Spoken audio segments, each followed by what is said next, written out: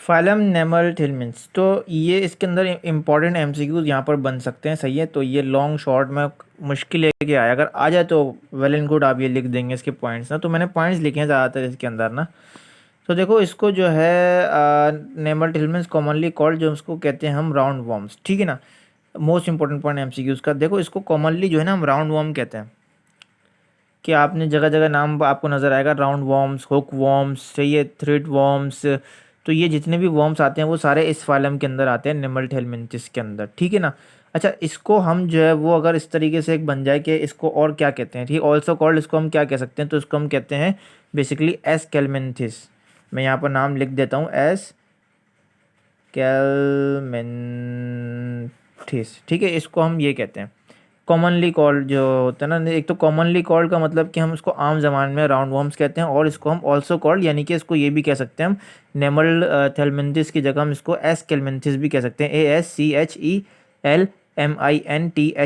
ठीक है ना, हम ये कह सकते हैं इसको। तो अब ये देखो उसकी शेप होती कैसे है, आपको सामने नज़र आ रहा है कि देखो मेल की इस टाइप की शेप होती है और फीमेल की इस टाइप की होती है। तो देखो राउंड वॉर्म्स मतलब थोड़ा सा स्ट्रक्चर उसका मुड़ा मुड़ा सा नज़र आ रहा है, तो इसलिए इसको नाम देते हैं राउंड वॉर्म्स। तो मतलब इस टाइप के एनिमल्स जितने भी आपको इस दुनिया के अंदर नज़र आएंगे ना, इस टाइप के, यानी कि इस शेप के अंदर, तो वो जितने भी आते हैं एनिमल्स या स्पीशीज़, वो हम इसके मतलब इस फाइलम के अंदर कंसिडर करते हैं कि भाई ये जितने भी एनिमल्स हैं वो इस फाइलम का हिस्सा हैं, ठीक है। मैंने आपको इस तरीके से एग्जांपल दे दी कि हम फाइलम क्यों पढ़ रहे होते हैं, क्योंकि फैमिली इज़ बेसिकली, फाइलम एक फैमिली है, ठीक है ना। ये फैमिली है, ये इन सब ये जितने भी आपको नज़र आ रहे हैं ये इनके बच्चे हैं।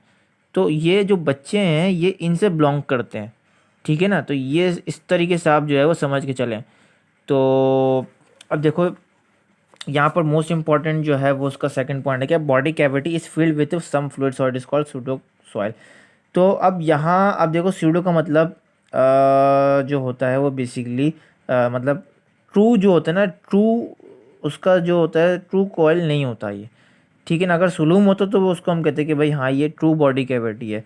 तो ये बेसिकली फॉल्स बॉडी कैविटी आप इसको कह सकते हैं, ठीक है ना। तो ये इसके मतलब बीच के अंदर जो होती है वो आप यहाँ देख सकते हैं लेयर्स, यहाँ पर जो खाली जगह आपको नज़र आ रही है ना, इस जगह पर ये यहाँ जो होता है वो एक फ्लूइड लाइक, मतलब फ्लूइड जो होता है ना वो भरा हुआ होता है। तो उस फ्लूइड को हम कहते हैं सूडोसॉइल, और ये यहाँ पर होता है इसके इधर इधर, ठीक है ना।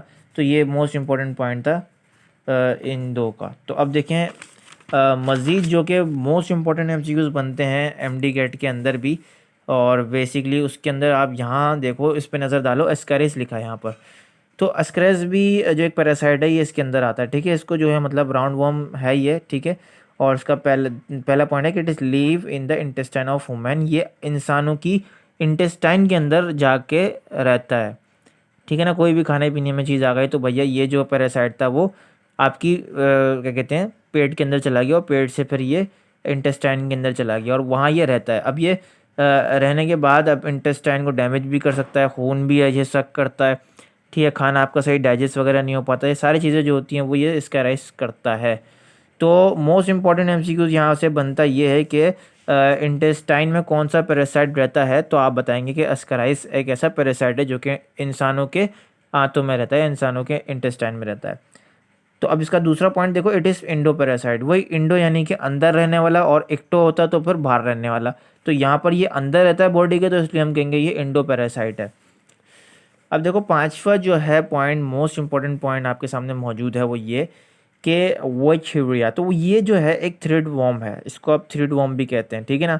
इसका दूसरा नाम थ्रेड वॉर्म है। अच्छा, ये क्या करता है, ये ब्लड सक करता है, ठीक है, किसके ज़रिए, मॉस्किटो के ज़रिए।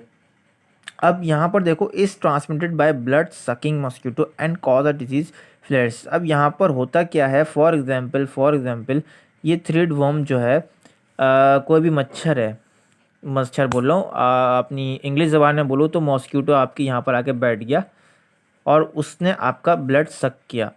तो जैसे ही वो ब्लड सक कर रहा होगा तो उस सकिंग के दौरान जो है वो ये वाला थ्रेड वर्म आपकी बॉडी के अंदर दाखिल हो जाएगा, और जैसे ही ये वाला थ्रेड वर्म आपकी बॉडी के अंदर दाखिल हो जाएगा तो ये एक डिजीज़ कॉज करेगा, एक बीमारी कॉज करेगा जिसका नाम होता है फ्लैरेसिस। अब फ्लैरेसिस इसने यहाँ पर मतलब ये ज़ाहिर सी बात है कॉज कर दिया। अब ये बिल्कुल जो है आपकी बॉडी क्या होगी, आपकी बॉडी के अंदर कॉजिंग होगा किसकी, जलन मचेगी, ठीक है, टांगों के अंदर जलन मचेगी, स्क्रॉटम हो जाएगा। और ये स्क्रॉटम यानी कि यहाँ पर जो है ना, मतलब ये एक इंसान बना लेता हूँ टेढ़ा मेढ़ा सा,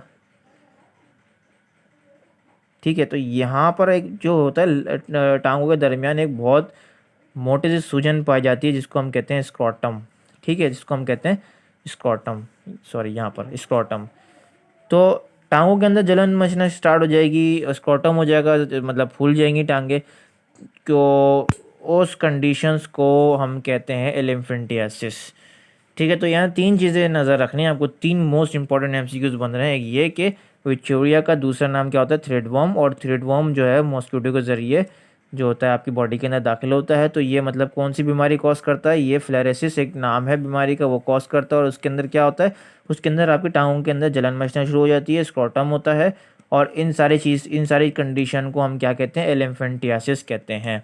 तो ये 3 से 4 एमसीक्यूज पेपर में बनते हैं और ये आते हैं, तो इसलिए आपको याद करने हैं। और बस एक छोटा सा एमसीक्यूज यहाँ पर ये बन सकता है कि एनसेक्लोस्टोमाटा को हम जो है वो हुकवॉर्म भी कहते हैं, ठीक है। तो ये हुकवॉर्म का भी जिक्र आ गया है, थ्रेडवॉर्म का भी जिक्र आ गया है, राउंडवॉर्म का जिक्र आ गया। तो ये 3 वॉर्म्स का यहाँ पर जिक्र आ गया। और ये तीनों वॉर्म्स जो होती हैं वो कहाँ पाई जाती हैं, फाइलम किसके अंदर पाई जाती हैं, यहाँ पर पाई जाती हैं, इस फाइलम के अंदर, फाइलम नेमैटोhelminthes के अंदर, ठीक है। तो अब जो है आप कंफ्यूज मत होइएगा फाइलम पढ़ते हैं, फाइलम एक बहुत इंटरेस्टिंग टॉपिक है, कोई बोरिंग टॉपिक सा नहीं है। तो अब देखो यहाँ पर ये क्या होता है भैया, ये whose larva can penetrate through skin of man to reach intestine. ये भी जो होता है वो बेसिकली आपके स्किन के ज़रिए जाता है ये, ठीक है, आपके स्किन के ज़रिए जाता है और ये इंटेस्टाइन तक पहुँच जाता है, ठीक है, इंटेस्टाइन तक पहुँच जाता है। फिर ये क्या करता है भैया, अपनी मतलब डेवलपमेंट स्टार्ट कर देता है आपका, मतलब ब्लड सक करता है और वगैरह वगैरह और डिजीज़ कॉज करता है। लेकिन उसकी इतनी डिटेल आपकी बुक में मौजूद नहीं है, हमें उतना पढ़ना जितनी बुक में मौजूद है। इंशाल्लाह जब आप यूनिवर्सिटी वगैरह में जाएंगे तो आप मज़ीद डिटेल पढ़ेंगे, वो तो मतलब फुल डिटेल में खोल खोल के पढ़ाते हैं वो ना यूनिवर्सिटी के अंदर। तो वहाँ आप बिल्कुल टेंशन नॉट, अभी सिर्फ जितना है इतना पढ़ें। और ये काफ़ी इंटरेस्टिंग टॉपिक्स यहाँ पर चल रहे हैं। तो ये छोटा सा एमसीक्यूज था इसका, और ये यहाँ पर आपका फाइलम नेमैटोhelminthes पूरा का पूरा ख़त्म होता है।